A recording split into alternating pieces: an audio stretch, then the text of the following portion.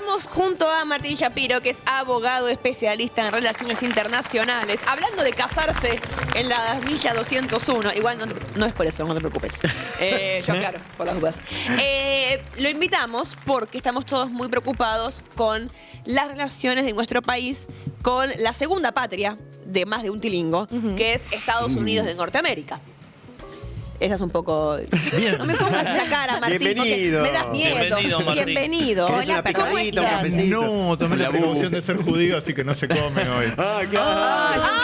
¡Jane! ¡No! ¡Sos mala judía! ¡Mala judía! ¡Shame! Excomulgar. Shame on Jane. Primero Hatimato va, me siento muy culpable. Ahora, igual yo no hago ayuno en Kippur, pero me parece muy bien. Increíble cómo Azulina banca Palestina. Nunca me lo hubiese imaginado. Se ríe. Claro. Te invitamos para hablar un poco de eso, de la situación de nuestro vínculo con Estados Unidos, pero sobre todo de qué está pasando en Estados Unidos con el shutdown. ¿Esto es así? Bueno, sí, desde ayer que estamos en una situación de lo que ellos llaman cierre del gobierno, que es un título un poco engañoso, porque uno dice cierre del gobierno, Sí, parece toda anarquía la total. dependencia estatal, es el ejército más grande del mundo, todo deja de funcionar, no. Pero lo cierto es que sí se cortan todos los servicios que no son declarados esenciales. Los empleados públicos que no son declarados esenciales no van a trabajar y por lo tanto no se les paga. Muchos sectores del Estado, algunos que la gente valora mucho, como los parques nacionales o algunos servicios para jubilados y gente que recibe la seguridad social, se cierran. Algunos servicios interesantes que presta el Estado en términos estadísticos. Bueno, una serie de cosas que no son esenciales, pero sí muy importantes, dejan de funcionar hasta tanto haya un acuerdo para asignar el presupuesto. ¿Por qué? Acá en Argentina llevamos muchos años ya sin presupuesto. Lo que se hace es prorrogar el presupuesto del año anterior y con eso se pone a funcionar el gobierno. Bueno, en Estados Unidos no es así. Si el Congreso no te autoriza los gastos y si el Congreso no te autoriza el endeudamiento, son dos momentos presupuestarios, el Estado no puede funcionar excepto en lo que tenga leyes de asignación continua. ¿Qué quiere decir esto? Por ejemplo, las jubilaciones. Las jubilaciones no se renuevan año a año, no se vota año a año si hay que pagar o no hay que pagar jubilaciones, son un derecho. Entonces, todo lo que tiene asignación continua, plurianual, etcétera, que tiene una duración más grande que la del presupuesto, sigue funcionando. Lo que se declara esencial sigue funcionando. El resto deja de funcionar. Estamos en ese impasse. Y es un impasse curioso. Además, ¿por qué? Porque en realidad el partido del presidente Trump tiene mayoría, tanto en la Cámara de Representantes, el equivalente a nuestra Cámara de Diputados, como en el Senado. Ahora, ¿qué pasa? En el Senado, alguna legislación requiere 60 votos, una mayoría calificada. Lo que no hay es esa mayoría calificada. Y los demócratas están poniendo condiciones para ir a votar el funcionamiento del presupuesto. Y por eso estamos como en un impasse, en una guerrita entre los demócratas y los republicanos para ver si se puede poner a funcionar el gobierno. La guerra entre demócratas y republicanos también de alguna forma nos involucra, ¿no? Como que siguiendo en la narrativa de que somos el amigo falopero, los demócratas son medio, deja de darle plata al boludo falopero, ya sabes que no te la va a devolver. Es un poco... Argentina estamos. Claro. Cada vez que Jane diga boludo falopero, estamos hablando del país. Del país la patria. Hay algo de eso. Diría que en general, si vos llegaste a la presidencia con una plataforma que dice America First, lo primero que hiciste fue cortar toda la guita de asistencia internacional por la cual se están muriendo un par de decenas de niños por día gracias a los recortes de la asistencia en cuestiones como SIDA, malaria, algunas enfermedades en las que con poca plata se puede hacer mucho. Bueno, Estados Unidos cortó toda esa plata y de pronto aparecen 20.000 palos para Argentina, que no es un riesgo sistémico para, ni para los Estados Unidos, ni para el capitalismo, ni para... no hay ningún interés muy claro de Estados Unidos en resolver Argentina, excepto la posición internacional que ganó particularmente en un sector de la base trumpista el presidente. Es decir, es un préstamo que no tiene ninguna otra explicación excepto la afinidad política. Después viene Bessent y te dice no es un préstamo, no estamos poniendo la plata, etcétera, etcétera, pero bueno, es una línea de ataque bastante obvia. Y además una línea de ataque bastante obvia, más allá de que los montos sean relativamente pequeños, no para nosotros, sí para el presupuesto estadounidense, porque están recortando algunos gastos que van a la clase trabajadora estadounidense. ¿Con esto qué quiero decir? Subsidios a los planes médicos para lo que es la clase media-baja, los que no son tan pobres como para recibir el plan público de salud. Y también a los que reciben ese plan público les pusieron unos requisitos que probablemente terminen por dejar algunos millones de personas afuera. Entonces, en un gobierno que está recortando, que haya plata para bajarle a los ricos será la principal línea de ataque, pero que ahora aparezca Argentina, bueno, se suma. ¿Por qué? Porque no tiene que ver ni con los principios que señaló Trump cuando habló de su política exterior, ni con los principios que señaló Trump cuando hablaba de, bueno, esto que dice America First, primero Estados Unidos. Así que obviamente hay un grado importante de contradicción discursiva y sería muy tonto no explotarlo. Claro. De hecho, tenemos el comunicado que sacó el Partido Demócrata, es el 21, donde le reclaman esto. Es un comunicado firmado por ejemplo, Bernie Sanders. ¿Se acuerdan de Bernie Sanders? Por supuesto. David. ¿Se acuerdan del meme de yo quería el viejito? Sí. Es muy bueno. Sí, Bueno, sí. ahí está el comunicado. AP. Es el Che Milei de ellos. Sí. También, Claro, ¿no? sí, te iba a Es decir medio eso. un hey Trump. Argentina llegó a un acuerdo con China que perjudica a los productores de soja estadounidenses ya aplastados por los aranceles de Trump. Ahora Trump quiere enviar $20.000 millones de sus impuestos para rescatar a su aliado político en Argentina. ¿América primero? Más bien Trump primero. Oh. Qué picante. Che, Trump. Che Trump. Es un Che Trump. Es un Che Trump. efectivamente. Es. ¿Por qué nos quiere ayudar Milei? Milei. Tal cual. ¿Segura? Sudoku, che. Tal cual. Qué maneras raras. Trump. Perdón, se me confunden a veces. ¿Qué quiere de nosotros? Yo creo que hay dos cuestiones que son importantes. Una es política, lo que decía. Digo, Milei fue una figura que apareció con un rol relativamente protagónico en la última conferencia de acción política conservadora en Estados Unidos, con la motosierra que estuvo blandiendo Elon Musk en el escenario. Digo, ¿se acuerdan de la imagen medio Sí, sí, sí. grotesca? Por Pero supuesto. digo, habla de un posicionamiento. Uno agarra, no sé, a Mark Andreessen, no solo a Musk, que es como el más público, el más notorio. Digo, todo el sector tech de la coalición trumpista, la derecha vinculada a las tecnológicas, que se va a beneficiar de la baja de impuestos. Bueno, toda esa gente pone a Milei con menos fuerza que antes porque está todo roto, como un ejemplo internacional. Digo, todos Claro. ellos destacaron el primer discurso en Davos. Es una figura que se hizo importante para la derecha internacional.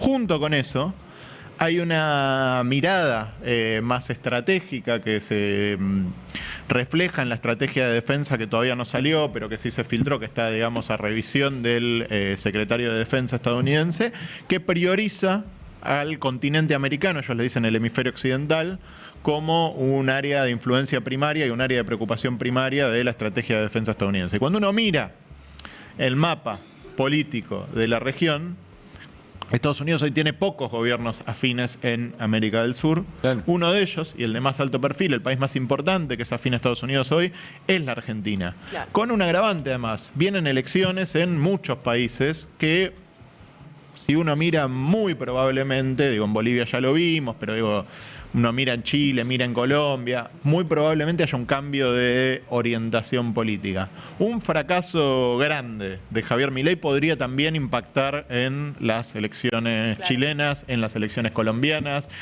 podría dar un mal ejemplo, ni que hablar para las elecciones brasileñas el año que viene, podría dar un mal ejemplo para la región. Entonces, me parece que hay un interés estratégico de esta encarnación de la administración estadounidense, porque la verdad es que Argentina no fue hostil a los Estados Unidos en el gobierno anterior, pero bueno, de esta estrategia, de esta mirada de la administración estadounidense que reivindica el imperialismo marocero, la doctrina Monroe, que tiene a Marco Rubio como secretario de Estado, el tipo que más conoce por los malos motivos, pero el que más conoce América Latina de los secretarios de Estado de la Segunda Guerra Mundial. Entonces hay una mirada estratégica que pone a América en el centro. Digo, Canadá, Groenlandia, ¿te acuerdan todas esas Sí, sí. cosas? Sí, sí, sí. Bueno, Argentina es parte de eso.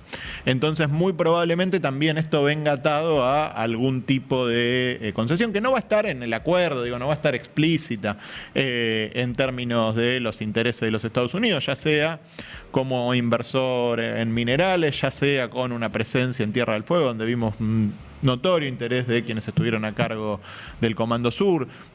No me sorprendería que los Estados Unidos redoblaran la presión con algo que hablaron siempre, que es la base de observación china en Neuquén. Digamos, hay muchos temas de agenda que podrían aparecer, pero me parece que lo más importante es preservar a un aliado en un momento en el cual se mira a la región con más interés que el que Estados Unidos miraban históricamente a la región, a pesar de la poca importancia financiera, económica de Argentina en el sistema global. ¿Cómo está la situación actual por fuera de Argentina, digamos, más allá del vínculo con Argentina?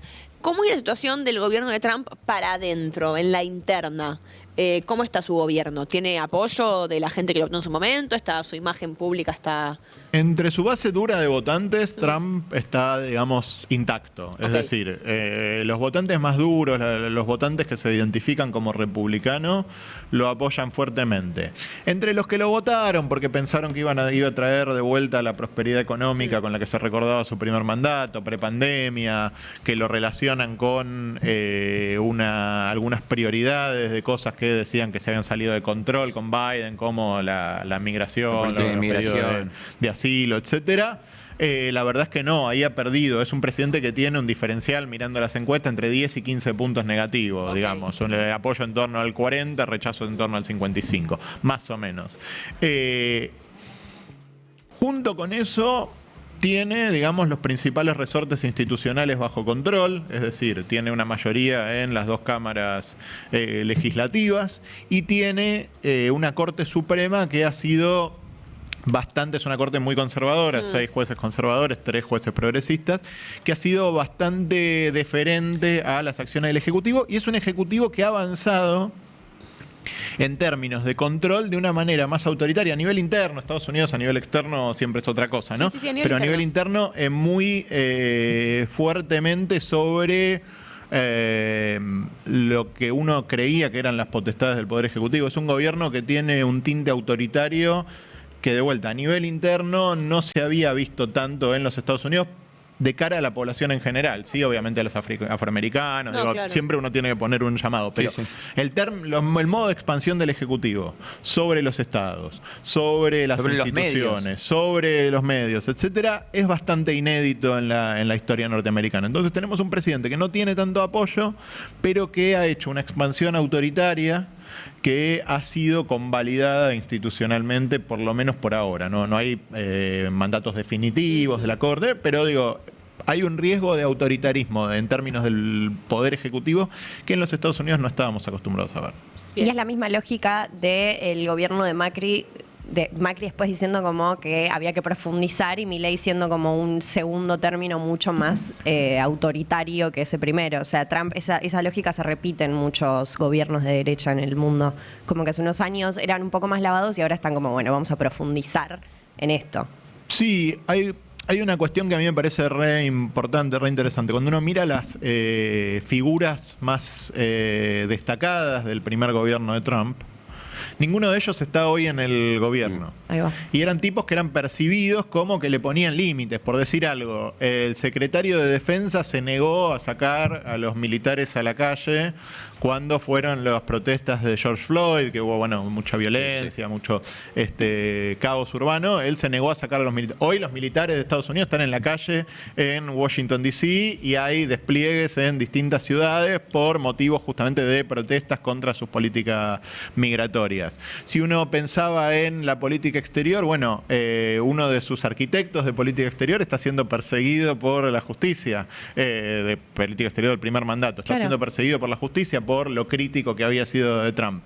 Algunos de su ex asesor de seguridad nacional dijo que era un peligro para la democracia. Es decir, es un Trump mucho más desencadenado que el Trump de primer término. Mucho más control sobre su partido, el Partido Republicano, una corte mucho más alineada y un cuerpo de funcionarios mucho más fanático. Si uno mira al vicepresidente Mike Pence, que no certificó el resultado electoral, se negó a la orden de Trump, que era no reconocer el resultado de las elecciones, hoy J.D. Vance, en campaña, tiempo antes, había dicho él no hubiera certificado el resultado de las elecciones. Claro. Es decir, si hubiera consumado un fraude electoral, un intento de golpe de Estado, que quedó nada más que en una protesta por el tipo de, una protesta violenta, insurreccional, pero de una protesta por el tipo de guardarrieles institucionales que tenían los Estados Unidos. Creo que eso se está perdiendo. ¿Y la economía interna de Estados Unidos en qué situación está? Porque el gobierno de Biden, de acuerdo que había mucho reclamo con respecto a, para nosotros era una pavadita, pero por la inflación que estaban teniendo. Sí, los precios siguen altos. Hay un reclamo de la gente que es que las cosas están caras, las cosas siguen estando caras. La inflación tiene un ritmo moderadito, digamos, Claro. bajo. Para los parámetros estadounidenses está fuera del tope ese del 2% anual Claro. que hablan los economistas, pero está cerca del 3 y diría que ni siquiera está en el 3. Es decir, nos encontramos con una situación inflacionaria que no es buena, pero tampoco es muy mala. Hay signos de ralentización de la actividad económica, pero el país crece un poquito todavía. Es decir, es una economía mala, pero no es pésima. Ahora, Claro. tampoco era pésima la de Biden. Y cuando uno mira las encuestas de satisfacción de los consumidores, el Michigan Consumer Survey, está en niveles históricamente muy bajos, cercanos a los de la pandemia, el sentimiento de los consumidores, y no tiene un correlato en los datos de la economía en general. ¿Y por qué? ¿A qué se lo atribuyen entonces? ¿Qué es lo que le pasa a la gente? Bueno, me parece que hay, por un lado, un reparto relativamente desigual de Ok. algunos de los beneficios económicos que los Estados Unidos tiene, y después me parece una expectativa, después de lo que empezó en la recuperación de Obama y después de Trump, que fueron 12 años de recuperación sostenida, muy buenos, etcétera. Había una expectativa económica que no se ha cumplido, que es Ok. una recuperación muy vigorosa, muy fuerte, un crecimiento muy alto. Y Estados Unidos no tiene eso, está relativamente estancado, creció con Biden, pero digo, tiene bastantes problemas Es como estructurales. que los yanquis se acostumbraron a que podían comprarse un aire acondicionado. ¿Es un poco esa la narrativa? ¿Se acuerdan cuando decían eso? Sí, Del sí. gobierno Bueno, los de- yanquis se acostumbraron y de hecho casi todos los yanquis tienen aire acondicionado. Los niveles de consumo de los yanquis son Pero muy digo, altos. claro, No, pero se digo, acostumbraron a un nivel de vida. Cook tiene una rata en el Creo que aire tengo un aire, acondicionado. claro, necesito un Yankee o un aire acondicionado Sí. nuevo. Sí. Y perdón, ¿y Biden en qué anda? ¿Está mejor que nunca? ¿Hace algo? Porque se lo veía muy disperso al final de su mandato. ¿Hoy juega algún papel no Biden? está teniendo demasiado protagonismo Biden. Kamala Harris sacó una memoria, digamos, contando su campaña y que ¿Cómo ha le sido entran los bastante yanquis duro. a la Sí, sí, sí. biopic, Es que es bastante lucrativo y además Sí. te da la Claro. oportunidad de cortar tu versión de la historia. Es mala la biografía de Kamala, la ¿En verdad. serio? Pero Es mal, Kamala. ¿Es algo malo, es algo malo, maligno o es pobre? Mal hecho. Digamos que es una autobiografía en la cual básicamente no tiene ninguna, parece que no hubiera cometido ningún error a lo largo de Claro, es una claro. víctima de, Sí. We Muy did it, Joe. We autocomplaciente. did it. pero bueno, Pero Biden tuitea, por ejemplo, un poquito, aunque sea. Vaso de leche. Un Claro. poquito, una R. Una, muy pobre. Pajero. Pajero. Perdón, ¿y quién es la cara hoy de los demócratas? Claro. No hay una cara, Ah. creo que eso está en disputa. Axel Kicillof. Son La acéfalos. figura que sigue teniendo algún consenso, pero digamos, administra mucho su palabra, habla poco, es Barack Obama, que no puede volver. Claro. Ahora, si uno mira la cara del futuro del Partido Demócrata, creo que eso está en disputa. Está en disputa desde las ideas, donde hay un sector Más nacionalista. más centrista que tiene algunas ideas interesantes en términos de construir, de lo difícil que es hacer cosas en Estados Unidos por algunos problemas. Un sector más de izquierda que tiene un discurso que busca abrazar un discurso entre comillas más populista sobre las corporaciones y alguna mirada sobre si hay que corregir o no los grados de apertura a los discursos más progresistas sobre inmigración, sobre las personas trans, etcétera, etcétera. Todos debates que acá van a sonar. Por ejemplo, el candidato a mayor, a jefe de gobierno en Nueva York, Alcalde. este pibe, Alcalde. al alcalde, Zoran gracias. Mamdani, sí. Ese, que es demócrata también, es medio un... Sí, es demócrata, viene en Es realidad el de Ty los, Hackman de ellos. de los Democratic Socialists of America. Ahora se va a presentar como demócrata porque ganó la interna. Bueno, él es una figura que representa esa izquierda izquierda del partido, que para mí hoy, bueno, la cara más conocida que tiene es Bernie, pero Bernie es bastante viejo, Sanders. Es una cara muy Pero digo, Alexandria Ocasio-Cortez, también de Nueva York, me parece que es una figura Cuadrazo. interesante de ese grupo. Después tenés otros, qué sé yo, el gobernador de California, Gavin Newsom, con una mirada tal vez más liberal, progresista. El gobernador de Pensilvania, que comparte apellido conmigo, Shapiro, sí. Josh Shapiro. Sus alumnos. Muerde de ahí, Martín, ojo. Yo lo voto, si usted me dice, lo Claro. voto. Ahora, todos esos cuadros, Alexandria, etcétera, en la América profunda, en Estados Unidos profundo, ¿no piensan cosa de porteños? Bueno, Shapiro es gobernador de Pensilvania, Claro, es que más es todo. claro, que tiene una base más rural y qué sé yo, Ok. y es más conservador en algunos temas de agenda. Después tenés, no sé, gobernador de Kentucky, que es demócrata. Kentucky no te vota un senador demócrata y no gana un demócrata Ni la en presidencia pedo. Mega desde sur. hace 250.000 años. Se dedican a producir whisky de buena calidad. Claro. Coronel bourbon. Sanders. Claro, pollo frito. Pollo frito, claro. Ya me bueno. antojaron. Sí, mal. Las Sí, chicas de verdad, les gusta el pollo frito. Bueno, tiene un gobernador, Andy Beshear, que es demócrata. Bueno, por ahí hasta es una figura así la que tiene que renovar el partido. Creo que todo eso está en discusión. ¿Por qué? Porque cuando te hacen pelota en una elección, la mayoría de tus certezas se ponen en discusión. Y después hay mucha gente que espera, medio al modo del peronismo de acá, que sencillamente Trump la cague y montarse sobre Y listo, eso. sí. Sin hacer demasiado mérito. ¿Vieron qué pasa? Sí, sí. Pero Do bueno. nothing, still win. Martín, muchas gracias por venir. Gracias. Ha sido un placer.